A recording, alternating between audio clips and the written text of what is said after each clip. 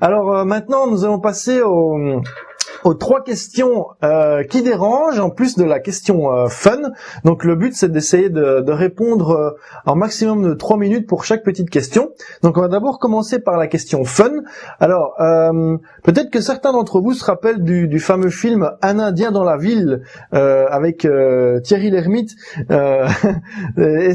et Ariel Dombal. Donc à votre avis, est-ce qu'il faut ouvrir ses chakras comme Ariel Dombal dans Un Indien dans la ville pour profiter des bienfaits du yoga? En fait, tu les ouvres sans t'en rendre compte. Quand tu fais du yoga, tu vas les ouvrir sans t'en rendre compte, donc... Non, alors, je sais pas, en fait, la question c'est quoi? C'est qu'est-ce que c'est que les chakras ou... C'est vrai Est-ce qu'on est obligé d'être allumé comme Ariel Dombal pour faire du... Voilà, en tout cas dans ce film, hein, évidemment. Je pense que le yoga a beaucoup souffert de cette image, en France en tout cas, parce que voilà... Beaucoup d'idées reçues, en effet, ouais. Ouais, c'est un truc de perché, et du coup, c'est pas pour moi. Et puis, on a aussi cette notion d'un peu de...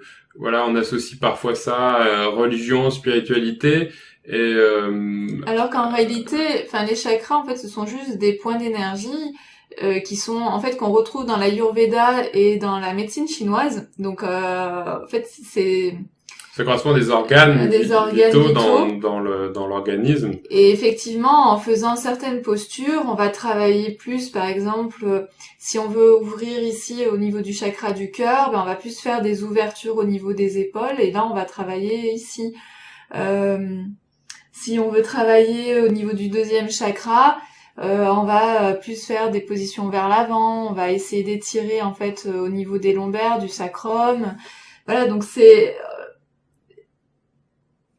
en fait, qu'on y croit ou qu'on n'y croit pas, peu importe, de toute façon, pour nous, c'est pas le but. Après, nous, on l'a expérimenté, donc oui. J'ai aussi des élèves qui sont hyper sensibles à ça, et donc je sais que ça marche. Mais c'est pas... Oui, c'est un système de santé un peu alternatif par rapport à ce que nous on voit. Il parle de chakras, et il faut aligner ces chakras entre guillemets. Mais c'est un peu finalement c'est quoi aligner ces chakras? C'est nettoyer, nettoyer son corps. Et effectivement avec différentes postures, eh bien on va pouvoir travailler différents endroits du corps et finalement à la fin se sentir bien aligné dans son corps. C'est tout. Hein. Ouais. Puis je pense que moi, ce que j'ai remarqué, c'est que quand on a l'habitude, en fait, de faire du yoga, notre corps se souvient, en fait, des postures qui lui font du bien quand il est un petit peu patraque de ce côté-là, un petit peu patraque de ce côté-là. Donc moi, c'est ce que je dis à Jeff tout le temps, c'est que il y a des soirs, je suis dans ma voiture, je me dis, je vais faire telle posture, telle posture, telle posture, puis quand je me retrouve sur mon tapis, là, c'est mon corps qui prend le lead, et puis au final, je me retrouve avec les postures, pas du tout les postures que j'avais envie de faire, mais voilà. Mais je laisse faire mon corps parce que mon corps, en fait, c'est ce dont il a besoin. En fait, il a l'expérience et voilà. Donc je le laisse faire. Après, les chakras, c'est on va dire, c'est une théorie, quoi. Mais après, je pense que ce qui est bien, c'est aussi d'expérimenter. Ouais. Donc ouvrez vos chakras. Ouvrez vos chakras.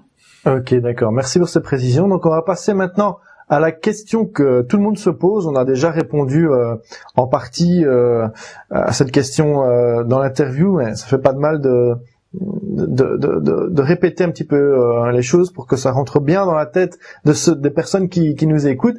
Donc, la question que tout le monde se pose, est-ce que tout le monde peut faire du yoga? Est-ce que il faut des compétences particulières? Alors,